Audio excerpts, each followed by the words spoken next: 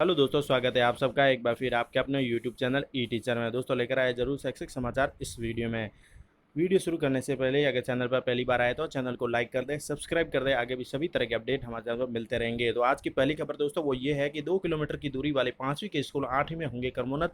शिक्षा विभाग ने इसके लिए मांग ली है प्रस्ताव। कोरोना के चलते लॉकडाउन में शिक्षा विभाग में कई विभाग तो कार्य है वो लंबित है, लेकिन अब अनलॉक 1 में विभाग के कार्यों में क्रियान्वयन संचालन के लिए तेजी भी आई है। इसी दिशा में अब प्रारंभिक शिक्षा विभाग ने स्कूलों को जो है उनको दर्जा बढ़ाने के लिए पहल शुरू कर दी है, जिसमें सरकारी प्राथमिक स्कूल को उच्च प्राथमिक स्कूल में क्रमोन्नत करने और नए प्राथमिक स्कूल खोलने के प्रस्ताव मांग लिए है। इसके पीछे उनका उद्देश्य अधिक नामांकन वाले स्कूलों में कक्ष की जो कमी है उसको दूर करने का उपाय है। साथ ही बच्चों की सोशल डिस्टेंसिंग के साथ अध्ययन कराया जा सके, ये मुख्य उद्देश्य है। इसके लिए जो है बीकानेर निदेशालय ने आदेश भी जारी किए हैं और स्कूल क्रमोन्नत के प्रस्ताव भी मंगवाए हैं, लेकिन अधीनस्थ कार्यालय द्वारा बिना अनुशंसा अधूरे प्रस्ताव आरटी नॉर्म्स पूरा नहीं करने की स्थिति में भेजे गए प्रस्ताव पर विचार नहीं किया जाएगा। ऐसे बार बार रिजेक्ट भी हो जाता है। इसी कारण स्थानीय जनप्रतिनिधि, विधायक और अन्य नेताओं की नाराजगी भी झेलनी पड़ती है। निदेशालय प्रारंभिक शिक्षा बीकानेर ने राजकीय प्राथमिक विद्यालय से उच्च प्राथमिक विद्यालय में क्रमोन्नत करने व नई प्राथमिक विद्यालय खोलने के लिए गाइडलाइन भी जारी कर दी है। इसी गाइडलाइन के अनुसार आवेदन अपूर्ण होने पर उनके खिलाफ कार्रवाई भी होगी।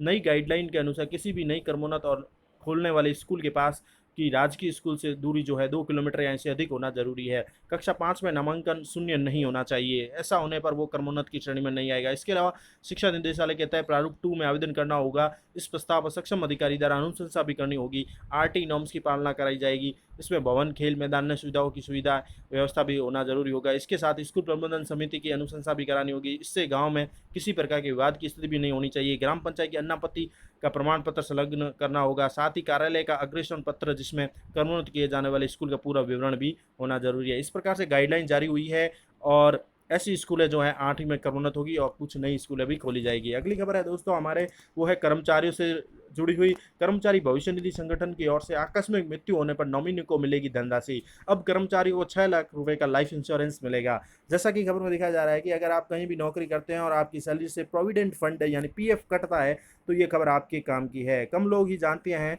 कि उनके खाते के साथ उन्हें 6 लाख रुपए का एक फ़ायदा भी अलग से मिलता है, जिसे कहते हैं इंश्योरेंस। ऑर्गेनाइज सेक्टर में काम करने वाले कर्मचारी को पीएफ अकाउंट के साथ 6 लाख तक का लाइफ इंश्योरेंस कवर भी मिलता है। अधिकांश पीएफ कर्मचारी को इसकी जानकारी नहीं होने के कारण वे इसका फ़ायदा उठा नहीं पाते हैं। इसीलिए उन लोगों के लिए जानकारी बहुत ज़रूरी है। सरकारी नियम होने की वजह से सभी कर्मचारियों के लिए पीएफ कटवाना अनिवार्य होता है। ऐसे में लोग बिना जानकारी सैलरी से पीएफ का पैसा कटवाते रहते हैं और ईपीएफओ मेंबर्स को इंश्योरेंस कवर की यह सुविधा कर्मचारी डिपॉजिट लिंक इंश्योरेंस स्कीम के तहत मिलती है। इस योजना के तहत सदस्य की मौत होने पर नॉमिनी को अधिकतम 6 लाख रुपए का इंश्योरेंस कवर दिया जाता है। इसके साथ ही पहली इसकी लिमिट 3,60,000 रुपये थी। बाद में इंश्योरेंस कवर की लिमिट को बढ़ाकर 6 लाख रुपए कर दिया गया है। ईपीएफओ की वेबसाइट से मिली जानकारी के अनुसार आपके पीएफ अकाउंट के साथ इसे लिंक कर दिया जाता है। खास बात यह है कि अपनी नौकरी की अवधि में कोई भी कर्मचारी इसके लिए कोई कंट्रीब्यूशन भी नहीं देता है। कंट्रीब्यूशन की भी जरूरत नहीं है। कर्मचारी भविष्य निधि संगठन अपने सभी मेंबर्स को यह सुविधा देता है। अगर किसी ईपीएफओ मेंबर्स की आकस्मिक मृत्यु हो जाती है तो नॉमिनी लाइफ इंश्योरेंस की राशि को क्लेम कर सकता है। तो ये एक अच्छी खबर है जिस कर्मचारियों के जो पीएफ कटता है उनको लेके ऐसे मिलेगा इंश्योरेंस क्लेम। डेथ सर्टिफिकेट होना जरूरी है।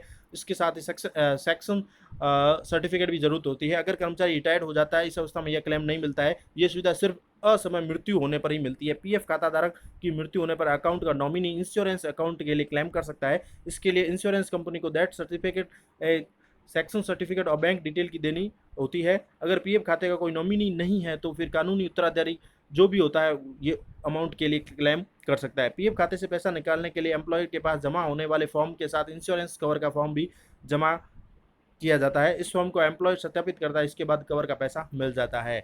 आगे दिखाते हैं अगली खबर दोस्तों, वो ये है कि अगले शैक्षणिक सत्र से जो है छुट्टियों में हो सकती है बड़ी कटौती। खबर इस प्रकार है कि लॉकडाउन के चलते शैक्षणिक कार्य में हुई नुकसान की भरपाई के लिए उच्च शिक्षा विभाग ने छुट्टियों में कटौती करने का फैसला किया है। अब राजस्थान में उच्च शिक्षा हासिल कर रहे छात्र व छात्राओं को अगले शैक्षणिक सत्र में जो है चुनिंदा छुट्टियों से ही काम चलाना पड़ सकता है। उच्च शिक्षा विभाग ने आगामी शैक्षणिक सत्र की समय पर शुरुआत करने के लिए अपनी कवायद शुरू कर दी है। इसके अलावा लॉकडाउन के चलते स्थगित हुई परीक्षाओं को पुनः आयोजित करने के लिए उच्च शिक्षा विभाग ने अपनी कवायद शुरू कर दी है। कवायद के तहत उच्च शिक्षा विभाग ने सबसे पहले अंतिम वर्ष की कक्षाओं की परीक्षा कराने का फैसला किया है। उच्च शिक्षा विभाग के मंत्री भंवर सिंह भाटी ने बताया कि लॉकडाउन के चलते विद्यार्थियों की पढ़ाई पर बड़ा असर पड़ा है। ऐसे में समय पर कोर्स पूरा कराने के लिए दिवाली और अन्य त्योहारों की छुट्टियां भी कम की जाएगी। तो अगले शैक्षणिक सत्र की छुट्टियों में कटौती हो सकती है। अगली खबर है दोस्तों वो ये है कि 15 साल से अधिक आयु के निरक्षरों के लिए अब चलेगा पढ़ना लिखना अभियान। केंद्र और राज्य सरकार मिलकर अब 15 साल या इससे अधिक आयु के निरक्षरों को साक्षर बनाने के लिए एक नवीन योजना ला रही है, जिसका है पढ़ना लिखना योजना। इसमें साक्षरता विभाग इन दिनों इस योजना की तैयारी में जुटा हुआ है। शुक्रवार को शिक्षा मंत्री गोविंद सिंह डोटासरा वीसी के जरिए साक्षरता विभाग की योजनाओं की समीक्षा करेंगे। इस दौरान भी इस योजना पर चर्चा की जाएगी। सतत साक्षरता के कार्यक्रम और जिलों में रिकॉर्ड संधारण की स्थिति जिलेवार समीक्षा भी की जाएगी। पढ़ना लिखना योजना के लिए प्रदेश में 15 करोड़ रुपए का प्रावधान किया गया है। इसमें 60% हिस्सा केंद्र सरकार और 40% हिस्सा राज्य सरकार का होगा। तो एक नवीन योजना चल सकती है अब गाँव में। 15 साल से अधिक आयु के निरक्षरों के लिए ये योजना चलेगी, पढ़ना लिखना अभियान।